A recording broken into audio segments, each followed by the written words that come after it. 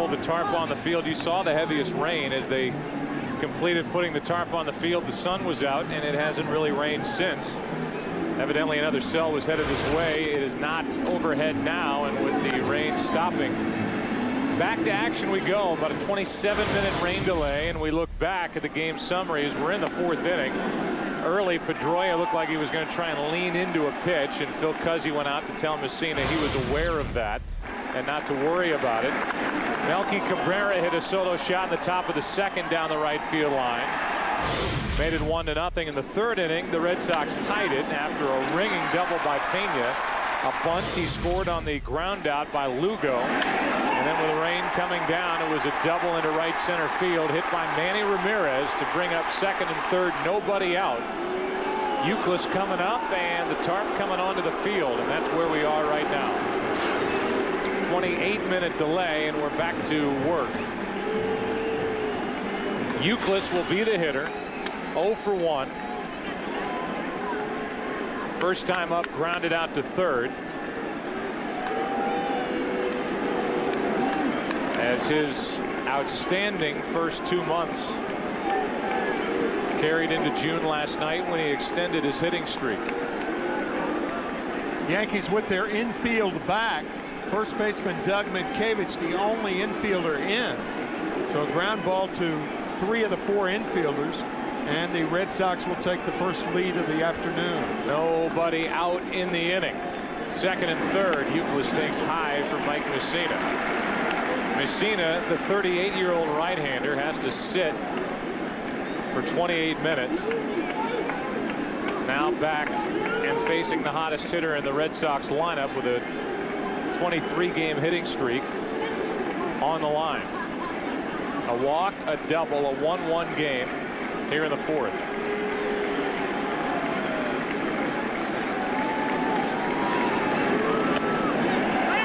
On deck is Lowell.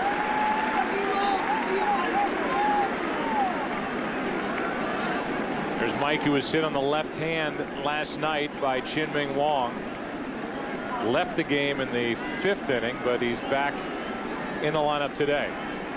Right now it's Euclid up on the count, 2-0.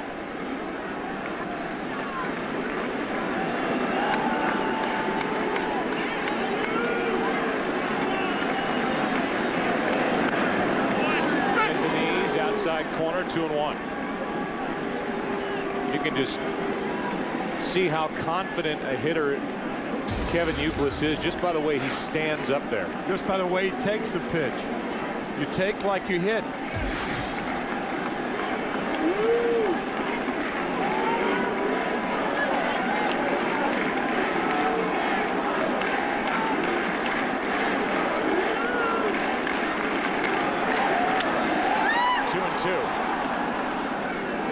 Messina does not have a strikeout today. Would love one here.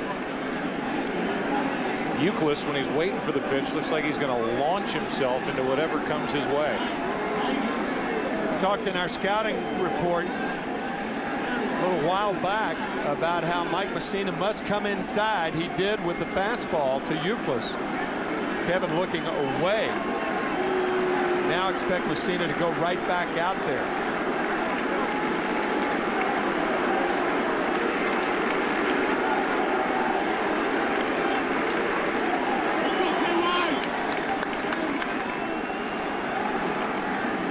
Veteran Messina shaking off Wilnie Aves.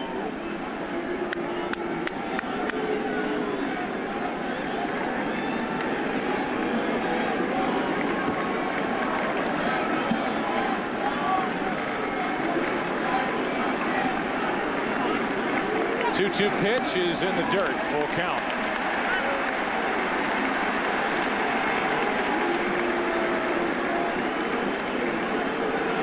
Ortiz, the lead man at 3rd.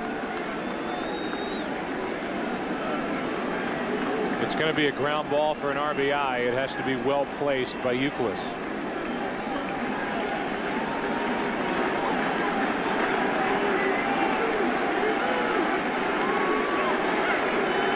Now Euclid hops out again.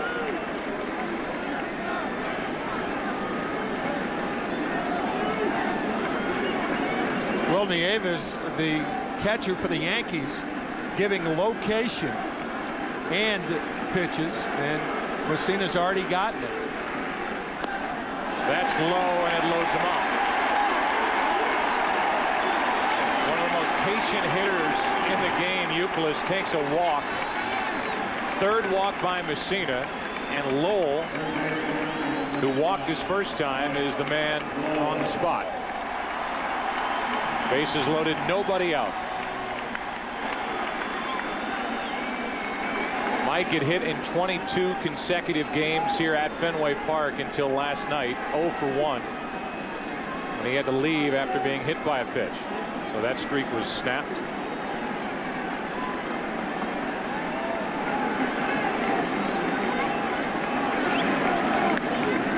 In at the knees, strike one.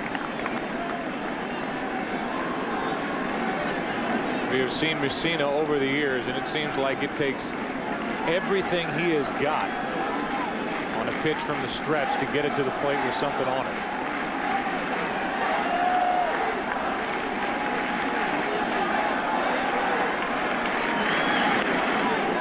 Down and away, a ball and a strike.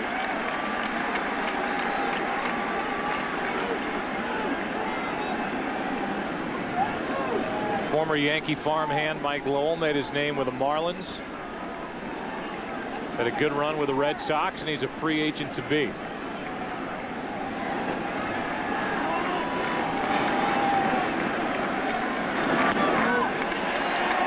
2-1.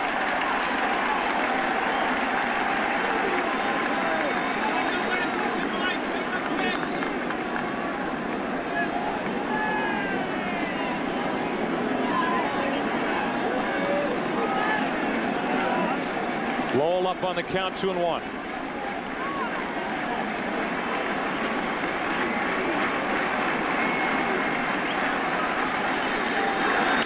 Hard hit, base hit. Everybody moves up one spot, and the Red Sox lead it 2-1 here in the fourth inning.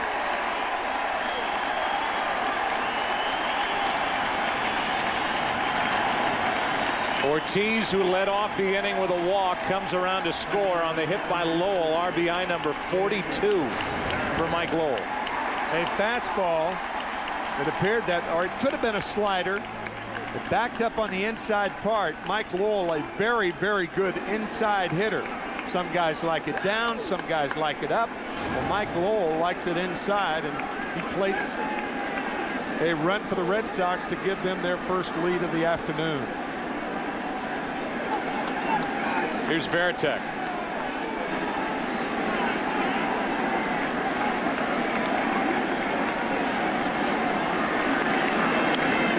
Strike one. While Messina pitches right now for the Yankees, there's a story that's making its way around the press box for the Yankees, and that is with regard to Roger Clemens and his scheduled start on Monday. Word is, reported by the New York Times, he has been scratched from that start at the White Sox. That misses, a ball and a strike. There is soreness in his right groin that he evidently suffered in the 6 shutout innings he pitched for Scranton his last time out last Monday, his 6 shutout innings. He was scheduled for a Monday start at the White Sox. Word is he may miss a couple of weeks, and Kei Igawa is trying to revamp his mechanics, will come up and start for the Yankees at Chicago. Cano will tag, throw to first for the out, double play. Good play by Lowell, the right play. And a better play by Cano to get rid of the ball. Watch Lowell ram into Cano, perfectly legal, knocks him off his feet, and somehow Cano going down throws a one-hopper to Minkiewicz, and they still complete the double play.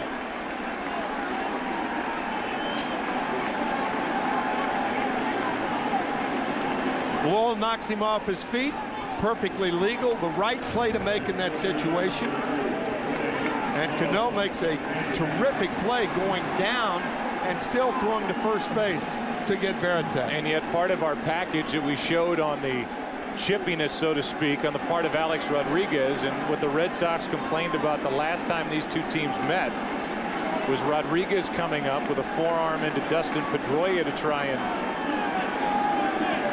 make it more difficult for Pedroia to throw to first on a double play ball.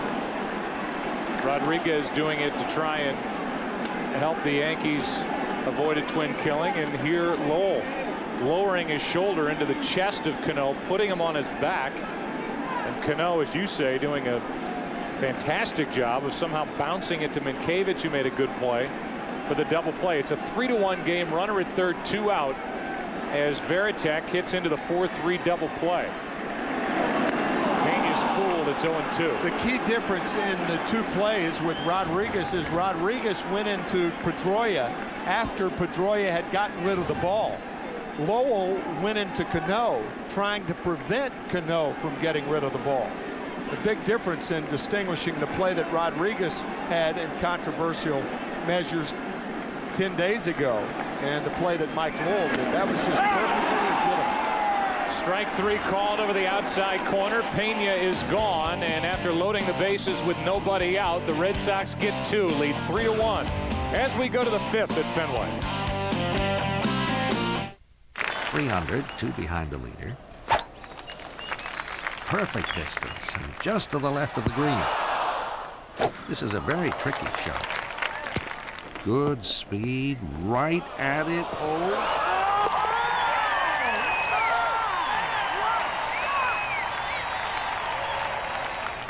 Don't just watch it, live it. Experience the ultimate in high definition with LG Full HD.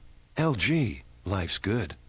This quesadilla has 3 cheeses. Yes, Mom, and seasoned beef. And they gave it to you for $1.29? They give it to everyone for $1.29. It costs $1.29. Well, you should be proud for finding it. Mom, please. He's so modest. And handsome, too. Taco Bell's new extreme cheese and beef quesadilla. Seasoned beef, nacho cheese sauce, and 3 melted cheeses for only $1.29. To get unbelievable taste and price, think outside the bun. Hey, what's wrong? Joe's athlete's foot. It's brutal. Show him the new stuff. It's new Lamisil Gel Advanced. Cures athlete's foot with half the treatments. Half the treatments? Half the treatments, all the cure. We got fried eggs, fried cheese, fried beans, fried potatoes, fried bacon, fried butter. Find your healthy place. Sobe Life Water. Rich in antioxidants. Here's to men, to guys who want to spend more time having fun and less time in the men's room. And here's to Flomax. It may relieve male urinary symptoms due to BPH, also called an enlarged prostate, in 1 week. Only your doctor can tell if you have BPH, not prostate cancer. Common side effects of Flomax are runny nose, dizziness, and decrease in semen. Upon standing, a sudden drop in blood pressure may occur, rarely resulting in fainting. So when starting Flomax, avoid situations where injury could result. If considering cataract surgery, tell your eye surgeon you've taken Flomax. Could you feel a difference in 1 week? Ask your doctor. Flomax could make a difference in 1 week. Curt Schilling will have extra time to get loose, and it looks like he needs the extra time as he's trying to shake off that 28-minute rain delay. And a look at the AutoZone strike zone. Mike Mussina's thrown 59 total pitches, Schilling 57, and a half inning less work. And you look at the first pitch strikes for each right-hander. 40-year-old Schilling, 38-year-old Mussina. Meanwhile, we were talking about that play that Lowell made, and I referenced the play back at Yankee Stadium that Rodriguez coming up into Dustin Pedroia. Pedroia and the Red Sox did not like, trying to help bust up the double play. And then today, Lowell lowering his shoulder and dumping Robinson Cano on his back, and somehow Cano getting it to first for the double play. I think the reason why I bring it up, first of all, I think you can make the case that that's all within one act with Rodriguez at second base with Pedroia. It doesn't really matter. The point and the reason why I bring it up is, had Rodriguez just done that and put somebody on their back while he runs the bases, this place would have come down. Oh, yeah. No, I think that's a valid point. It depends on what cloth you're wearing. Are you wearing Red Sox cloth or Yankee cloth as to how you determine how ethical some plays are. And what could be lost in that last half inning is the job that Messina did. Bases loaded, nobody out, gives up only the 2 runs. Helped out by Cano, gets the big double play ball off the bat of Veritek, strikes out Pena, his first strikeout, and what could have been a big inning for the Red Sox turns into 2 runs and a 3-1 lead. Now the 5th inning, and the number 9 hitter Will Nieves first up. Bobby Abreu will follow, and then Derek Jeter. Ball 1 from Schilling. So now we'll see how Schilling responds to the delay of more than a half hour since he's last been out there.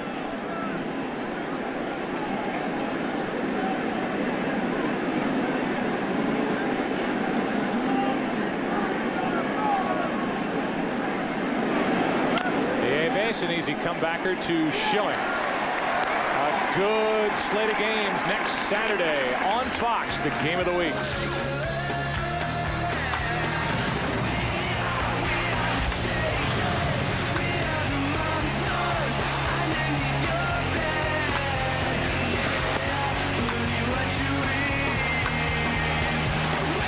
Two of the better teams in baseball square off. The Mets and the Tigers. Jose Reyes and Maglio Ordonez, who leads the American League with 50 RBIs.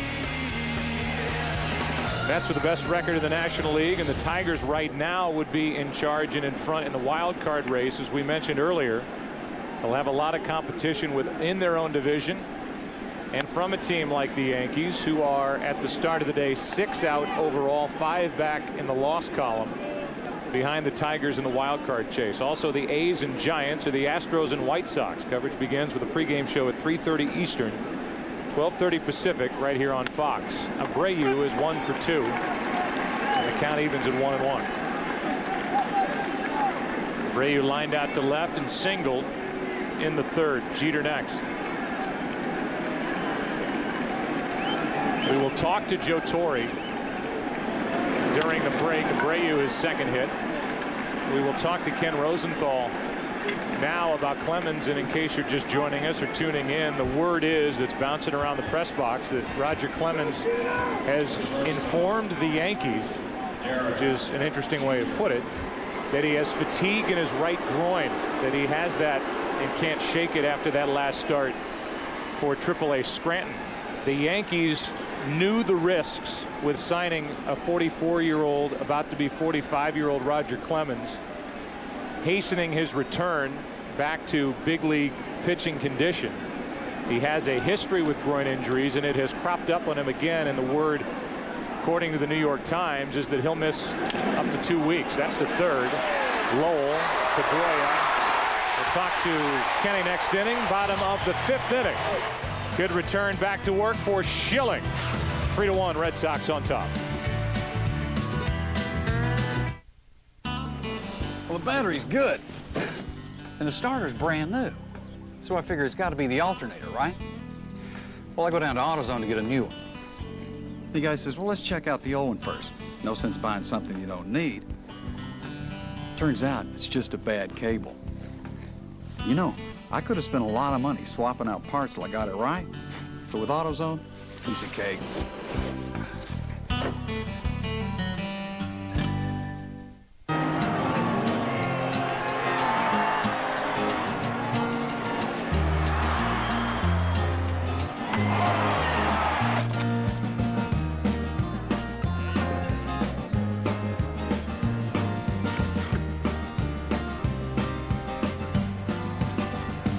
Here's to the light beer that wins award after award, year after year.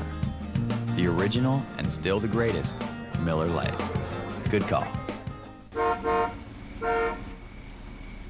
Mr. Combs? You the CEO of BK, the man who says I can have it my way. Sure. I'm hungry. Y'all closed. Now how you propose we resolve this? I'll get my keys.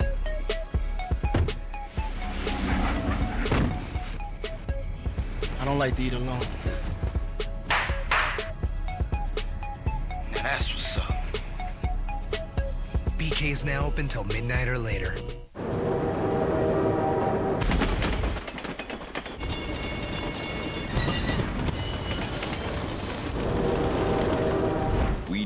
2007 Motor Trend Truck of the Year would be a tough act to follow. So we took the lead instead. Introducing the most powerful heavy duty on the planet, the all-new Silverado HD. This is our country. Get the hitter out instead of wondering where your arm is and where your back leg is, and that's what he's dealing with now. All right, Joe. Fox Saturday Baseball is sponsored by Chevy and American Revolution. You tuned into the last few seconds of our chat with Joe Torre, and we will play you the entire conversation. Obviously, big news as we play here in the 5th inning at Fenway Park. That word is now out. The Yankees have disclosed that Roger Clemens will not make the start on Monday at the White Sox. And Tim, it has been an unbelievable year with the injuries that this Yankee team has had to endure. And now a guy who hasn't even pitched for him yet is hurt before he even puts the uniform on. Yeah, starting the season with 4 of their 5 starters either on the DL or about to go on the DL. Mike Messina, one of them. And now the problems with Roger Clemens, and that's by no means to imply that it's only been injuries that have led to the demise so far of the Yankees this year. I mean, they've been terrible in a lot of areas, and offense is one of them. Yeah, May was not a good month swinging the bats for a high-priced and powered team.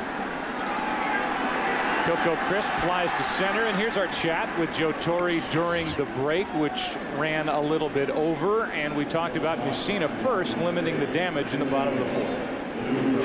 You know, he's a pro, Joey. I mean, you see pitch very tough to Youkilis and just, you know, grind it away, and then coming away with 2 runs, not too bad. You know, we still have a little work to do. I know you've never been through a year like this with everything that's gone on in and around the team, but now the word is that Roger Clemens has fatigue in his right groin, will not make the start on Monday, and according to him, might miss a couple of weeks. Well, we'll see. You know, we'll see. Roger has kept us informed. He wasn't sure, you know, yesterday, you know, that it was going to keep him from starting, and then today we got the news that, you know, he's going to need some extra time. So, you know, we'll be. We'll find a starter for Monday. I can guarantee you that. Yeah, so I know that Brian Cashman is looking, and I guess at least the report named Kei Igawa as a guy coming up. Is he a possibility? He's definitely a possibility. You know, he may be not quite where we want him to be yet, but you know, in search of a starter as opposed to bringing somebody back on short rest is probably the way we'd like to go. We've only got about 10 seconds. His mechanics, are they better? Yeah, they are better, but you know, any connection with baseball understands that when you're out on the mound, you got to be concentrating to get the hitter out instead of wondering where your arm is and where your back leg is, and that's what he's dealing with now.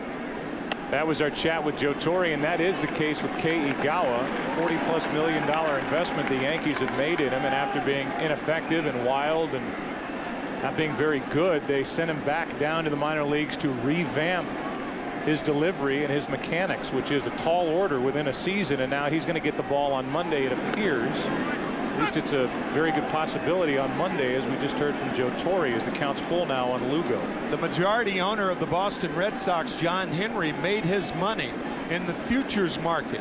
Well, the majority owner of the New York Yankees invested in the futures market with Roger Clemens this year. So far, the returns are not good with Clemens being injured. It's off the end of the bat. There's John Henry, owner of these Boston Red Sox, and it's been a great ride for Henry and his manager Terry Francona and Larry Lucchino and Theo Epstein and everyone else involved. There's Tom Werner. There's Daisuke Matsuzaka and Hideki Okajima, who's been a great import. The lefty in their bullpen as Pedroia stands in. 1 on, 1 out. A lot of people in and around the Boston Red Sox have a tendency to think that it's always been like this. Fans grabbing tickets, they are precious items in this city. It is the thing to do to come to Fenway, but it was not always like this. Prior to the 1967 season, the impossible dream, Carl Yastrzemski, Jim Lonborg. Yastrzemski winning the Triple Crown, Lonborg the Cy Young Award, facing the Cardinals in the World Series that year. That revived baseball in Boston, and since then this has been one terrific franchise. They honored that team last night. 40 years later, 1 on, 1 out. Lugo at first. He's done a good job stealing bases. Pedroia, I think, was looking for Lugo to take off. He took a strike right down the middle. 16 for 16 in stolen bases is Julio Lugo. That's an interesting point, and accurate too, I think, Joe. It's particularly difficult when you're a right-handed batter and the runner is a good base runner at first base. And it fools you. A lot of times you think he's going, he's not. Find yourself behind in the count a lot. Still not going, and a ball up and away, 1-1. Red Sox lead by 2 here in the 5th. The Yankees will have Matsui, Rodriguez, and Posada to the plate in the 6th.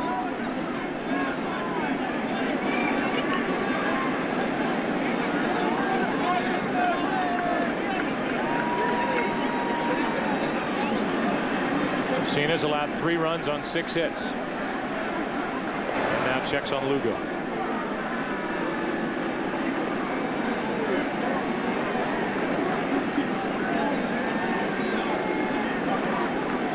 Matchup tomorrow night of Andy Pettitte and Josh Beckett. Will it be the rubber game of this series, or will the Yankees be going for the sweep? New York won last night 9-5. He's got to be running here. Stays put. Pedroia grounds foul outside third. Strike 2. And a good pickup. Yeah, Julio Lugo, as we look at Andy Pettitte, Josh Beckett, starters tomorrow. Beckett 8-0.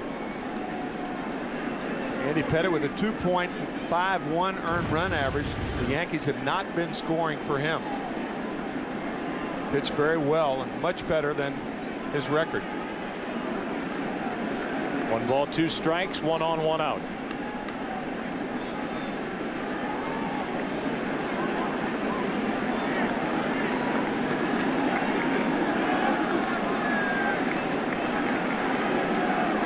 Pedroia gets out of there. Beckett is coming off another win. As you mentioned, his record undefeated, and coming off a win over Cleveland after coming back from the torn skin / blister eczema situation on his middle finger right hand. Unbelievable how hot Pedroia is, and it's 2 on, 1 out. 2 out of 3 today for Pedroia. He's up around 330 with his average. A knuckle curve. Whenever Messina puts that index finger of his right hand up on the ball like that, he's trying to throw the curveball. He left it up, and Pedroia takes advantage of it. Sizzling Dustin Pedroia. From the 9 spot to the number 2 spot in front of Ortiz, and he sets up David Ortiz with 2 on, 1 out here in the 5th.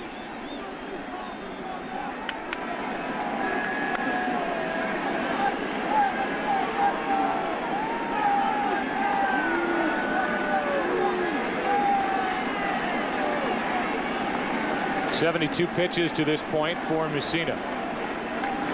With the delay mixed in, strike 1.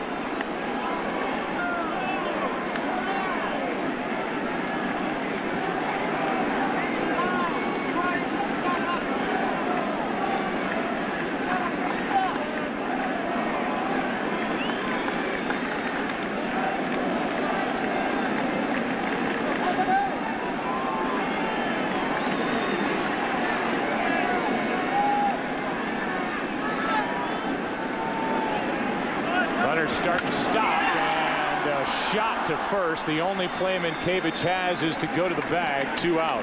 Can't hit it any harder.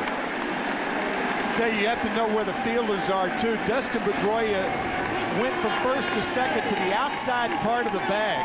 Minkevich was going to throw to second, but he saw Pedroia there instead of Jeter and realized he had to take the sure out. The little things that happen like that, you know, it may or may not have been a good base running play by Pedroia, you don't know. But the fact that he was on the outside part of the line blocked Minkevich from throwing it to Jeter, and their easy call right here to, or is it an easy call? Well, that's, I was going to say, pick your poison. Do you want Ramirez, who has 5 hits in these 2 games? 4 last night, a double his last time up, or do you want Euclid, who has an 0 for 1 day going today, but a 23-game hitting streak alive?